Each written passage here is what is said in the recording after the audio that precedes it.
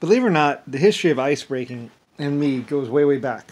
Like I say, a lot of my ships were also, a lot of my ships were icebreakers. I did a lot of whaling, and way back in the day, back my previous companies were whaling. I had some whaling ships. Like I said, I had four of them.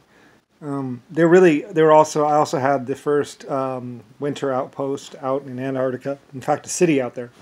Um, as you know, I also did cannons, and I was trying to get through the ice. As you know, also I used cannons for mining as well, busting rocks.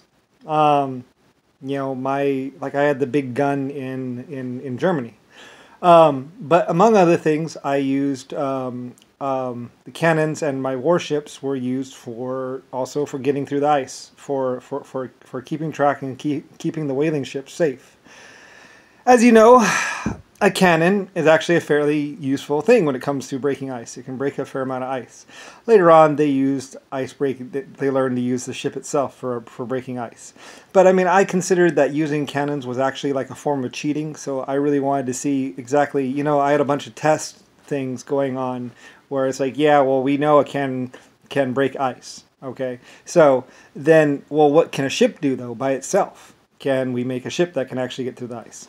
So, so a lot of my sailing ships and a lot of my other things also had what's called, in fact, probably the reason why ships had cannons is for the ice more than anything else.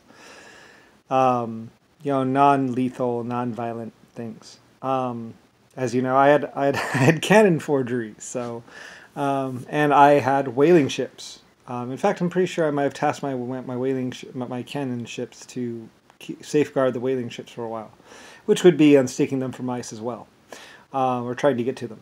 So anyway, long history there, way in the past. But the first icebreakers, of course, were, you guessed it, my ships.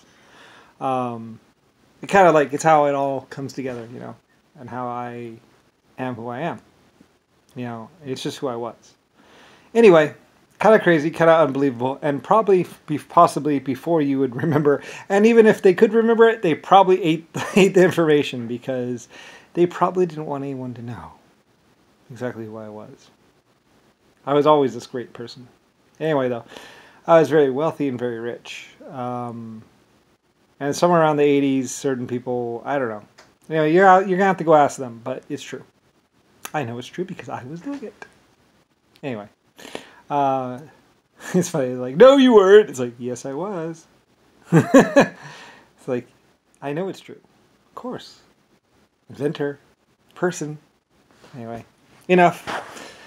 But go way back to find the first icebreakers. That's what I'd use, and the ironclads kind of did that too, but they didn't do it very well.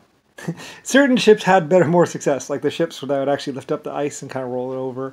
But then again, those didn't really do very good. The ships that actually went up on top of the ice and then crushed it, using their weight. Now, those did well.